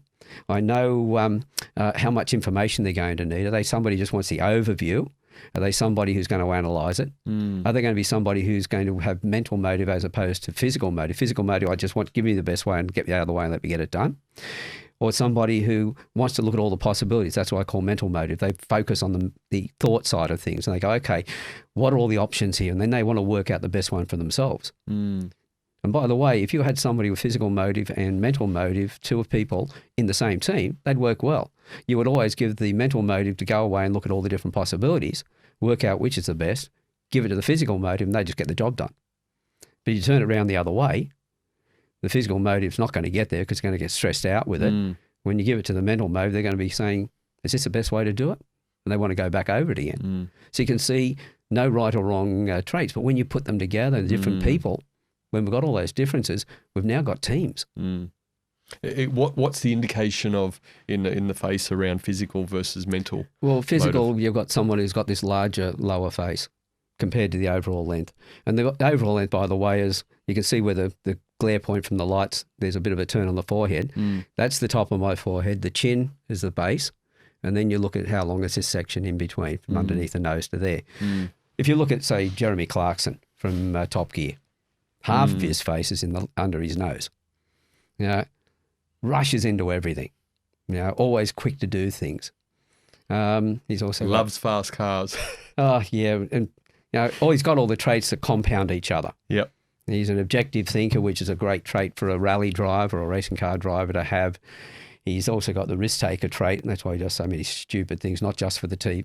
They hired him because of the way he was, and then it just snowballed to the point they created a problem, and they're whinging about him. Well, the people who brought him in were the ones who were using all that and just let it go and got to a stage where it spiraled, skyrocketed. So again, you know, knowing the traits and knowing how to deal with them properly changes things completely. You mentioned a number of things, like sort of breakthroughs, I guess you could say, in personal relationships and parents working with children and those sorts of things. From a leadership context, can you give us an example of like where there's been a breakthrough based on some of these skills that you've got? Well, it always comes down to where people have had teams and they just haven't been able to gel. There's been problems. Straight away, somebody comes to me and says, look, I've got problems with my staff. We need, you know, the loyalty is not there. There's always problems and everything else. Can you fix my staff? And I go, yep, okay, we'll fix your staff. And, snap, done. And I sit there and I talk to them and I say, okay, because I'll profile them straight away. I've looked at their staff and I go, I can see it's because of the difference in the traits. There's nothing wrong with anybody, but the communication is wrong. So I go, okay, this is the way I know that you're talking to them, which is not the way that they're going to receive it. You need to tune your transmitter into their receiver. So I will say to them, I tell them they've got a problem because they don't have a problem. They just have a misunderstanding. So what I'll say to them is, look, I know that if I can get you to do this with the staff, I guarantee they're going to change. And that person thinks that I'm changing them, their staff. No, I'm not. I'm guiding them on a better way of communicating that's going to tune their transmitter into the receiver of their staff. The staff are going to recognise that. And the moment they recognise that, they change. As I said, if you're walking around, first of all, always scowling all the time, your staff are going to pull back from you. But then one day you start putting a smile on your face. You'll see a difference in their behaviour. They're not going to switch immediately. They're going to get a bit suspicious at first. They're going to be going, well, what's going on here? All of a sudden, you're behaving in a different way. What's happening? But if you continue doing that over time, that then becomes the norm and they get used to it. And now they're smiling at you. So you can do it over a longer period, or I can show the boss who can then go up to his staff and say, look, I understand that, the way I've been communicating hasn't been coming through, but and give the reasons why. I would say to somebody, look, the company's going backwards. We know we're losing a lot of productivity, which affects my role, the productivity of the business, which in turn affects your roles here. I don't want to lose any of you. So I'm going to behave this way. I'm going to ask you to do things in this way. And if you can do them that way, then we'll all be able to build the business. So in the conversation, they realise that you're doing it for a reason. You're just using it to manipulate. They can see the benefit to you. And when people see a benefit that you have, they trust it. If they think there's something going on, they won't trust you. So how to then talk to them in that conversation, first of all, but then also deliver it in the way in which they understand it. So if you've got somebody who just likes the overview, and you're analytical, I'm analytical, we go up to them, we start telling them the way we need to hear it to make a decision, which is far more than they need, they switch off. It sounds like what my wife does to me. Yeah. I'm trying to give her a bit too much information. She says, Brendan, I don't need all this. Exactly. And so what you do is just say, look, there is a lot of information here, but what I'm going to do is I'm going to give you the overview. Yeah. You ask the questions that you need to ask, but if there's something there that you haven't asked, it's all right if I tell you that then. So you give the overview. Okay, what questions you got? They know that they're not going to be talked at. They're going to be talking with you. You're going to be, it's a conversation. You get to the end of it and you go, well, in your case with your wife, you remember, sweetie, I mentioned there was something there that just in case you didn't ask, that boring stuff, we're there now. Is that all right if I tell you?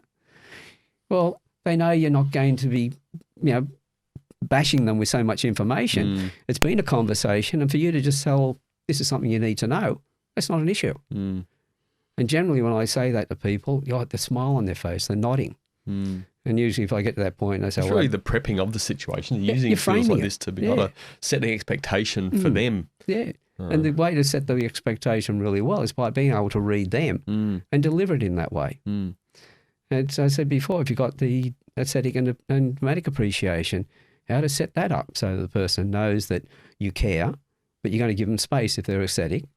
And if they're dramatic, that, hey, if you want me to fix it, I'll fix it. But if you want me just to listen, I care. So I'll listen. And I know it's got nothing to do with me, so pour it out. Let's get another famous face. Oprah Winfrey. What does Oprah's face say about her? Well, there's been some changes over the time, and that's the other thing you can see as well. Are you saying she's had cosmetic surgery? No, there's probably been a bit of that as well. But if you've got somebody you know that they haven't had, and that's always the question. Like, as I mentioned before, the laughter lines up here. And as I was going to say before, if there's any mature age women listening to the podcast, that when I say that, they used to say that beauty's only skin deep, but ugly goes all the way to the bone. The lines that you've got on the side of the face here is beauty that goes all the way to the bone. Because you don't get those lines out here. There's only two ways, as you said before. One is in the sun, squinting, because you work out in the sun all the time and you've got to keep the glare out of your eyes. Or you're a happy person. If I walk into a room full of mature age women and I don't know anybody there, I'm looking for the woman who's got those lines because she's the one I'm going to go and talk to. Now, this is where the traits work together. If they've got the lines up there and the mouth is turned up as well, I know they're the happy person. The corner of your mouth can turn up and down the more you smile or the more you frown. Yours are turned up, so I know that you've got really to be happy in life. If something goes wrong, you're seeing that as, okay, that's one thing wrong, now what's going to go right? Whereas somebody who's got it turned down, if something goes wrong, what else is going to go wrong? they're the pessimist, whereas you're the more the optimist. And so with that, if you've got those lines and that mouth turned up, that's the person I'm going to talk to. If they've got the mouth is turned down, they've got no lines up there, cosmetic surgery. They got rid of the lines. Oh, sorry, the mouth is turned down, the lines aren't up there, then I know they've been miserable all the time. If the mouth is turned up and the lines aren't up there, then I know cosmetic surgery. So I'm looking at combinations of things. I never judge anything on its once. So like if I see a twitch in the face that looks like contempt, I go, okay, what was said at the time? Contempt is where one side of the mouth flicks up. Sort of the nose goes up on one side. If I see that, if I've been talking a lot, I'm articulating a lot, and because the face has got nerves that are very close to the surface, as I'm talking a lot, they will start to itch. And I might do that while I'm talking. But you then look at it in context, what was said at the time. Is it congruent with what had happened as well? And if I see I've that... said nothing, so I know it's not me. Yeah. So I'm not taking it personally. And so all of those things come into it. This is why I say to people, there's so much going on. Of course. In NLP, they say that we have we take in 2 billion bits of information every second. Or 2 million, I should say, but we process 134 bits. It's one tiny fraction, 1/15,000th. And that's why wherever our focus goes, our attention goes as well.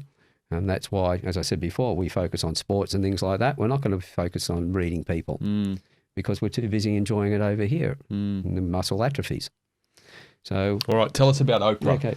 You've told us enough about her cosmetic surgery. Yeah. Well, straight away, dramatic appreciation. Okay. That comes out in the face straight away.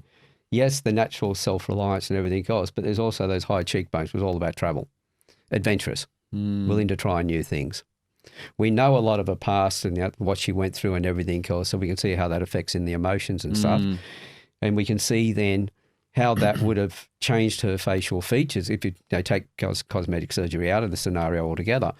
If you've got a photo of somebody very young and then a photo of them older, you've got a pretty good idea of what life they've had, how it transpired through. And so that comes through. But there were traits that you mentioned about Joe Rogan, and he's the most successful podcaster out there. Sounds like those traits that are coming through is really shining through, and obviously audience love that. What about Oprah that makes her supposedly one of the best interviewers in the world as well? Completely different reasons. She's got that flair that she puts into things, dramatic appreciation. She has a bit of the mechanical as well, being able to organise things, but it's more the dramatic that comes out. So putting flair into it and everything else, there's a bit of tenacity there as well with her. But she also has the trait that tells me that she's automatically giving. So as I said before, I'm reserved. I think about things before I give. Somebody's got to be worth it for me to actually spend money or whatever on them or to do something for them. Whereas Oprah, she's quick to give to everybody.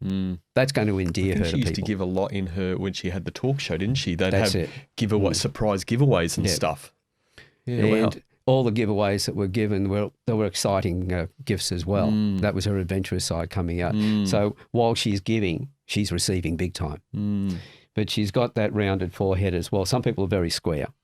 They're all about their career and everything else. But the round ones, very laid back, very happy to be around people. It's all about doing the same thing over and over and all the rest of it. So she's got all the facial features that shows that she's a people person. She's focused on people. Now, when things go awry with her, as you'll notice, there's been some really big mood swings and a lot of weight problems and everything else. All that's come from having, automatic giving to everybody is great. However, the downside is giving to everybody because there's nothing left in the reserve. And then when somebody close to them wants something, they've got nothing left, or they need it themselves, there's nothing left. So if she's given to everybody and then there's nothing left, the first thing that's going to go through her mind is, I've given to all these people and nobody's acknowledged it. I've been used.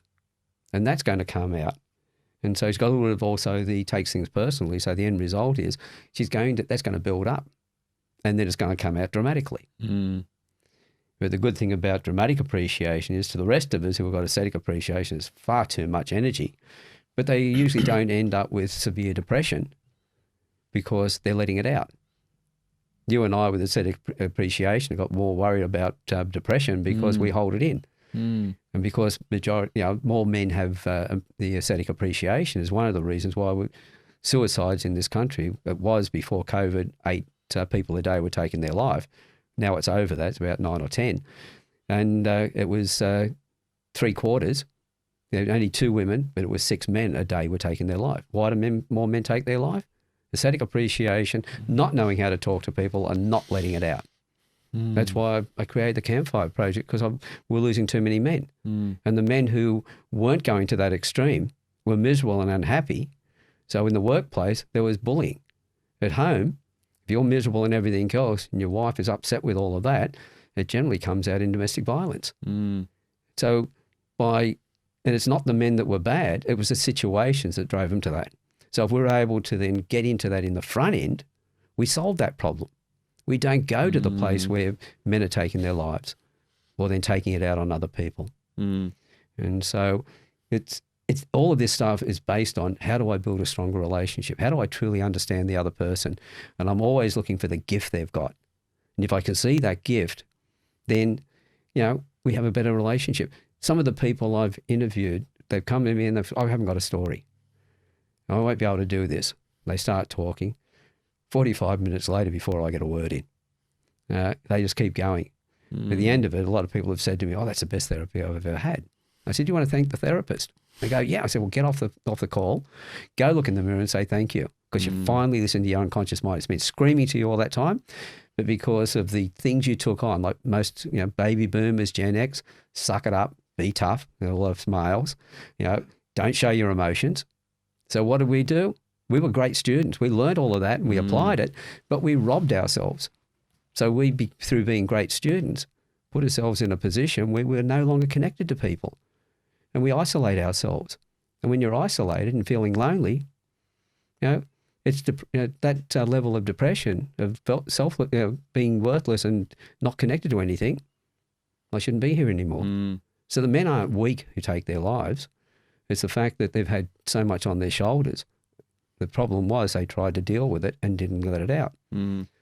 That's why I always say to men, find some really good men around you, ones that understand, not the ones that go down the pub and say, "Oh, I'll have another beer," but somebody who goes, "Yeah, I can listen to that." And because most men had aesthetic appreciation, they didn't want to hear it from somebody else. But once you realise, do you care about your friends?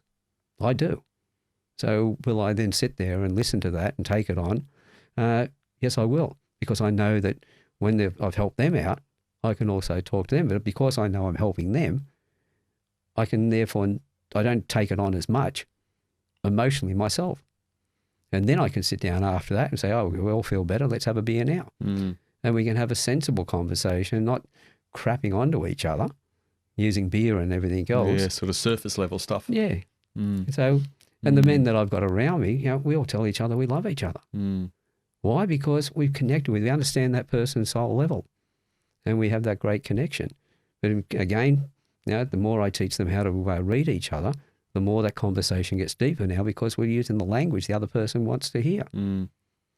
So much value and opportunity. I get that. You mentioned love, and let's relate that to truth or lie. How does what you do identify potentially when somebody's telling a blatant lie or not? Well, as I said, watch me for a second. Alan, I want to have sex with you. Well, guys, am I truthful? Will I or am I lying? Do you want me to tell the truth? See, to me, that's a blatant lie. But because I'm being so silly about it, like you said, tell me more. Well, because mainly we know that was silly. We know it's set up and everything else. But see, the thing is, it wasn't a question I'd planned. Believe me. Yeah, you're lucky I'm not sitting around that side of the table with you. You never know what could have happened. Cameras off. Cameras off. That's it. It's when it comes down to picking up lies you can only pick up when this person's got a fear of losing something, the one who's lying to you. See, when we look at somebody, whether they're telling the truth or whether they're not, see, when it comes to polygraphs, it's always based on the physiology. And if somebody thinks that they're great at telling lies, you won't catch them. But if somebody's worried that they might be misjudged, and when they're not telling the lie, somebody may think they are, their physiology is going to go berserk and they're going to get false positives, whereas with others you get false negatives. So, but the micro expressions, this stuff you can always see in the body. Now, what I always, if I'm doing that sort of situation with somebody, I think they may not be telling the truth or they're worried about being misjudged. I'll actually say to people, this is the only time I tell people how fast I was able to read or how efficient I was at reading people.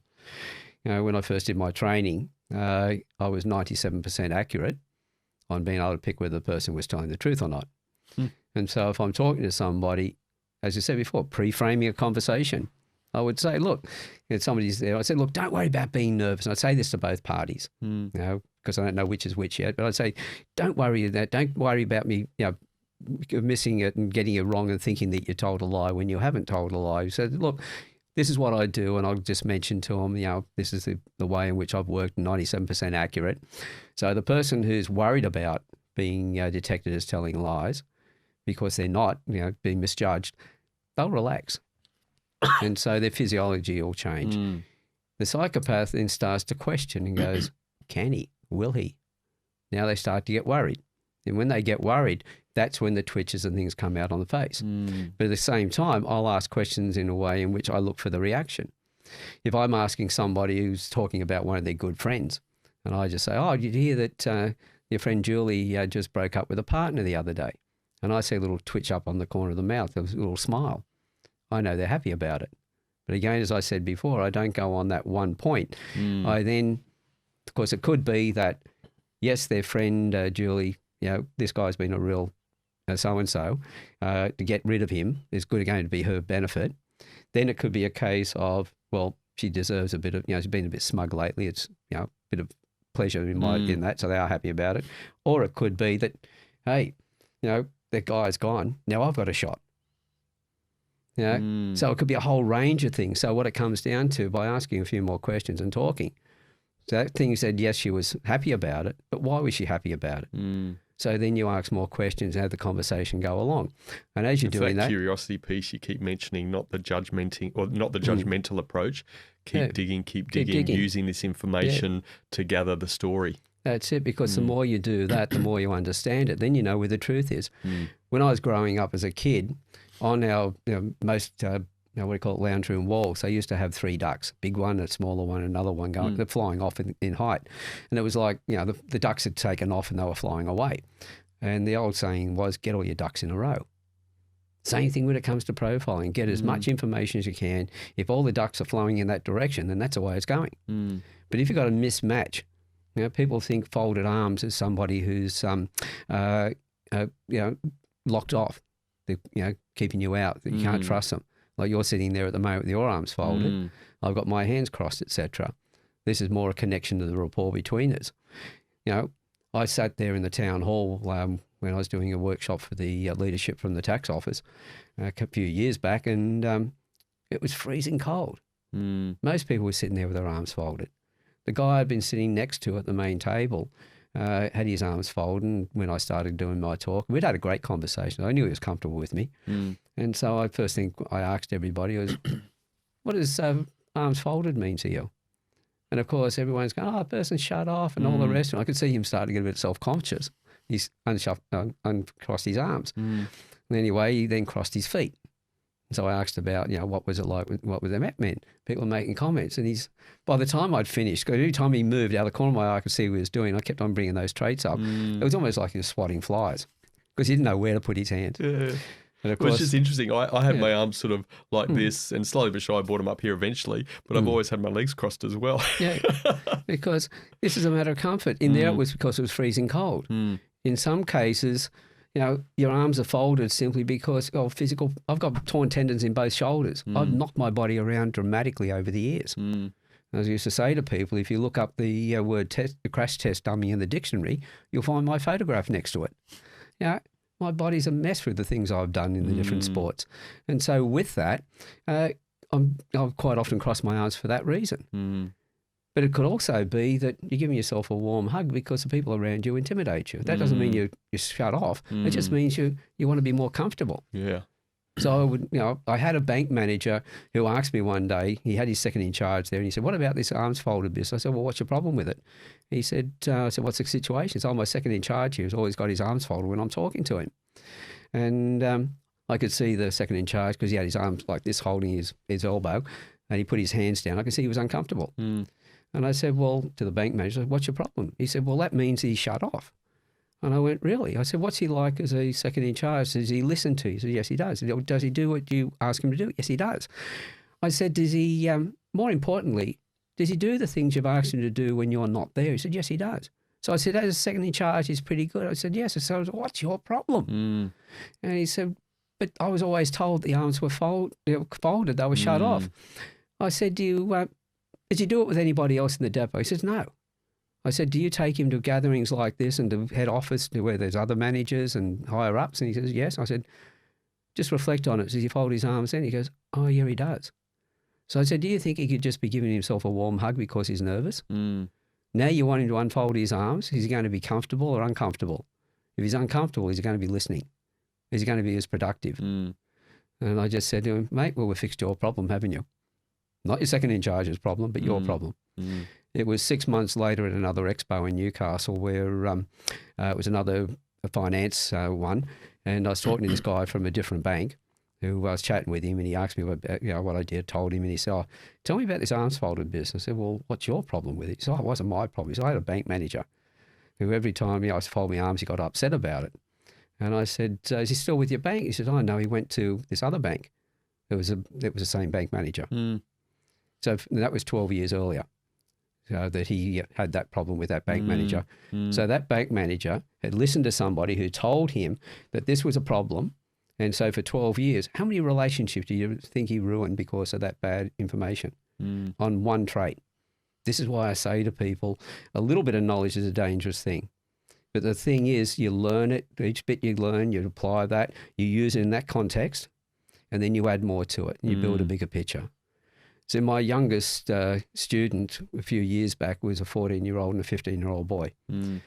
When they went through my master course, and I asked the 15-year-old how he was using it. He said, "I'm profiling the other kids at school." I said, "Well, tell us about that." He said, "I now know why they push my buttons and why they do the things they do."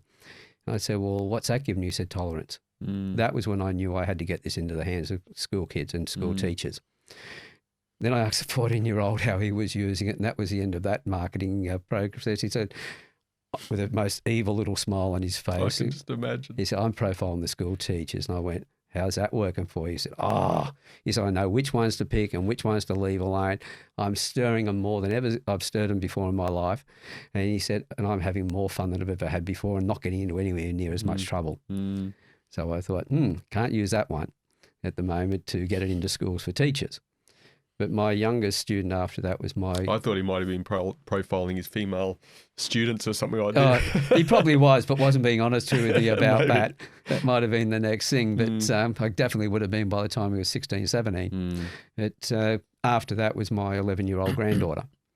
And the father complained that they couldn't watch Netflix anymore. I said, "Why?" I said, "You got problems with the internet?" And he said, No. He said, "Jess, she's always profiling the actors." I said, "Well, how did that come about?" He said, "She found one of my manuals." So he works for the Federal Police, and he had a manual sitting on the table. And he said, "She's read that, and now every time we sit down, she's talking about all the actors and won't shut up." So I asked her if she wanted to learn. And I gave her a manual. It arrived, I was in Canberra at the time, and it arrived on the Thursday. On the Friday, they were flying out for Helsinki to see her other grandparents. And I thought, well, that's probably the end of that. 5 weeks away, novelty wears off. They landed in Helsinki. I got a message from her father saying she didn't watch any movies on the way over. All she did was read the book from cover to cover and go through. And then when she wasn't reading it, she was walking around the plane. Looking at the passengers. Profiling the passengers. And I thought, Dr. Frankenstein has struck again. I've created another monster. So at the age of 15 now, she worked through all of that. We've now put a project together which is some flashcards. I've got it manufactured next, but it'll be size of a playing deck of cards, 52 cards. We're only using the major traits that the kids will really pick up the easiest, the extremes of traits, and photograph what physical feature we're looking at on the front. On the back, it will have what that trait means, how to measure it, how to read it, and then how to talk to the person. We get that into the hands of the kids. They're off their devices. I know when I was a kid and we played baseball cards and all those sort of things, we were always talking about the cards and sharing cards and swapping cards and things like that. But I can see the kids having real conversations, actually talking face to face to each other and getting a better understanding of each other. Then I'll go back to the teachers and use what the 14-year-old told me and said, look, I'm sorry, I've created a problem for you because now all the kids know how to read you. And if that one child was doing that, how many other kids in your classroom are going to be doing the same thing? So if you don't learn, you're screwed. And that's the way I'll get around the education system that doesn't want to look at anything new. What's the impact you hope to have? What I would like to see is that, as I said, into the hands of all the kids so that it starts to change their life, because if we wait for the adults to make a move, life is the way it is, this is the way it's always been type thing. I think we change the adults through the kids. When parents realise, well, these two fathers who were sitting there, they had me on a Facebook Live and they almost had me in tears talking about how it's changed their lives completely.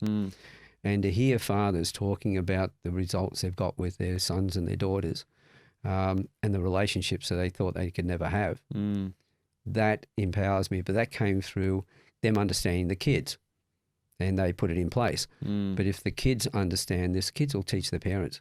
How many kids are teaching their parents now because of the way they behave? You talk to Scott in particular, he's my co-host in the Campfire Project. When he first joined, he did his one-on-one with me, he joined the panel discussions. Then I asked him, when are you going to step up? And he said, what do you mean step up? He said, I'm doing one-on-ones, I do my one-on-one, I'm doing panel discussions with you. And I said, no, when are you going to start running them? So he decided the first person he would interview would be his father, who he hadn't spoken to in 30 years. His father walked out when he was 11, and he himself was on the streets at the age of 14. Beautiful interview, beautiful relationship that's come from that now. They're finally reconnected. But then his son decided he wanted to, Scott's son wanted to interview his father, Scott. And so we sent him away to get his own questions. And one of them was, why is it, Dad, you can give to everybody else, but you can't receive yourself? This came from a 9-year-old boy. He has grown up. He's far more mature for his age. He's definitely going to be a leader. He already is a leader. He plays those Yu-Gi-Oh games where they go and play card games and all the rest of it. He's 11 years old now, and he's playing against 16 and 18-year-olds. And they just keep taking him under his wing. He's beating them. And he's just so mature in the way he does things. So as he grows up, he's an inspiration to his father. And as his father keeps saying, he says, this is my son. I couldn't be more proud. And so the way that Oscar had watched his father and learnt from that, because our kids don't listen to us. They learn from what we do. And, Oscar watched Scott change and do everything he was doing, and he went, I like this. I want more of it. And then the communication he now has with his dad can do nothing else but keep going the way he's going. So his son has now taught him and showed him, yes, Dad, you're on the right track, and I really appreciate it. And now Scott's even more driven to do the right thing. And he's out there now working with people on the streets. Yeah. The work that I do with leaders in the consultancy space, there's three areas that I focus on around creating confident leaders. And one is developing character, building competence, and creating connection. And I see this, again, through some of the experiences I've had with yourself, and still some of that knowledge I've retained and is useful in my little space. It really does help a lot in just enhancing those pieces, particularly about this creating connection and the developing character piece, which has all come through in this episode so far. So I know from first-hand experience, again, I've only taken it to a very, very surface level in my experience, but even that level has been very, very helpful for some of the things that I do and some of the people I work with, and also in the networking and the network building that I do. So thank you for interest. I'm not sure how we connected. It was so many years ago, but however it happened, it's been a worthwhile connection. Oh, that's right. I think it was through the school. We did somehow that happened. Came about. Yeah. What's the final question that we ask our guests on our show? What's one thing that's helped you become a more confident leader? It was, as I said, as I said before, everything the most important thing I learned is the next thing I learn after I know everything. The other thing was finally realising that what I was doing for myself wasn't working, but what I do for others and for the community isn't always will be eternal. So that changed my attitude to things, and that's where, when I was no longer focused on me, but I was focused on other people, funny enough, I got so much more back that I never could get when I was out there trying to get it for myself. So they're the main things. But I always learned it in telecom. I had staff in there that I was put in charge of men who were older than me. My second in charge was 38 and I was 23. No leadership training whatsoever. Every other staff member was older than me. That, by the time I'd left, was the highest performing depot in Australia. It was in the computers section. I then joined the surf club. They taught me to be a patrol captain and gave me everybody that nobody else wanted. I turned that into the patrol of the year. I then kept that patrol together, whereas they turned me into the club captain at Nobbies. And that patrol, with one of the guys stepping up into the role of the patrol captain, won the award again without me being involved in the selection. And then when I left the club, I was zone supervisor of 3 beaches. When I left the club, I got talked one of the other guys into becoming the club captain. A few years later, somebody who didn't like me said to me, "Mark was a better club captain than you ever were." And I smiled, and he said, "What are you smiling for?" I said, "Because I couldn't lead the club if I didn't have somebody better than me to take it over, at least as good, if not better." One thing I learned with all these things, when you put them together, a leader's job is to make themselves redundant in the role they're in by raising others up to do the things that they're doing right now and hopefully doing it better than them. That way you can then go on to do something else yourself. Otherwise, if you're indispensable, you've created a prison for yourself. And if any boss is listening to this, that's when you've got people step up into those roles. You can go work on your business. All of these things are connected. And that's what I then realised that people have said to me, "You want me to become your competition? I'm going to train those people." I said, "Yes." And they said, "Well, can I be as good as you?" I said, "But set the bar higher because I expect you to be better. You're going to get everything I've got, plus you're going to bring what you bring to the table. You're going to put a completely new perspective on it." And somebody said to me one day, "If you get to train somebody and they become another Anthony Robbins, they're up on stage, how are you going to feel about it?" I said, "I'm going to be really pissed off if there isn't a chair on their front row at every one of their talks, because I'll be there with pen and paper." That's what a leader's about. No worry about what the other people, you're going to move ahead of them. If you've done your job right, they have to move ahead of you. That then allows everyone to see that you have more value again to go on to your next level. Absolutely, mate.